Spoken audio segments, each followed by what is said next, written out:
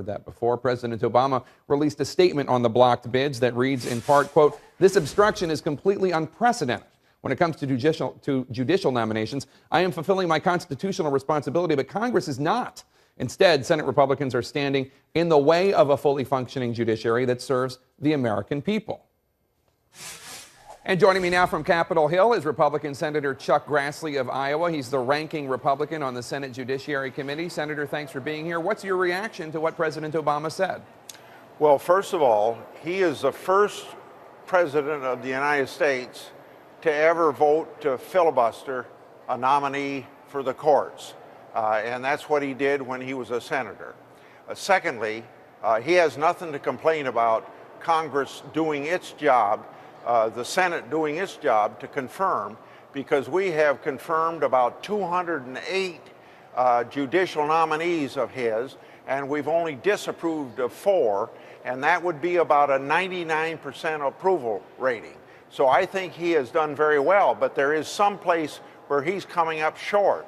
And the latest figures now might be a month old, but there are 65 vacancies and that he hadn't even sent names up to the Hill for us to confirm, and under our Constitution, we can't confirm judges until he nominates them. So he better get on the ball and nominate judges to these courts if he wants us to act faster. All right, that's a fair point, but let's talk about the D.C.-based appellate court. This is the third time in 3 weeks that you and your Republican colleagues have blocked or used the filibuster, or however you want to describe it, to prevent an Obama nominee to the D.C.-based appellate court from coming up for a vote. Why not let them have an up or down vote?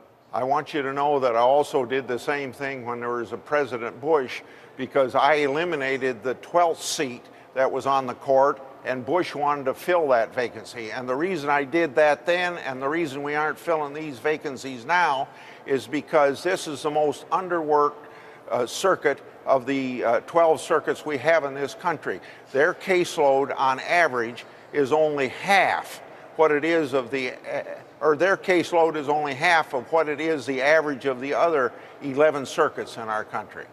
I thought I saw some statistics somewhere that said that they actually have a bigger caseload per judge than the 8th Circuit, which serves in Iowa. Yeah, well, I hope you go back and read my speeches and find out how I use the cases filed and the cases determined. And when you go to the 11 circuits and go to cases filed and cases determined, you'll find out that this caseload is half of the average of the other circuits. Chief Justice Roberts seems to disagree with you in terms of whether or not the appellate court here in D.C. should have these positions. Wouldn't he know best? He doesn't know best from this standpoint, that we have letters from judges on that very court that said we don't need any more judges or there wouldn't be enough cases to go around. So I think that the judges on the D.C. Circuit that say that there wouldn't be enough work to go around as more evidence of not filling these seats than what the Chief Justice says, considering the fact that also we're saving $1 million every year for every judge that we don't confirm for a court where those judges aren't needed. Just a few minutes ago, sir, you noted that you did not want a 12th slot on this court, and you held that position up during the Bush years, but you did vote to fill the 9th, 10th, and 11th slots on this court for when you voted for Kavanaugh, Griffith, and Rogers Brown. Those are the positions you're trying to eliminate, so it has not been completely equitable, right? Because you did allow for these 3 judge positions when Bush was president.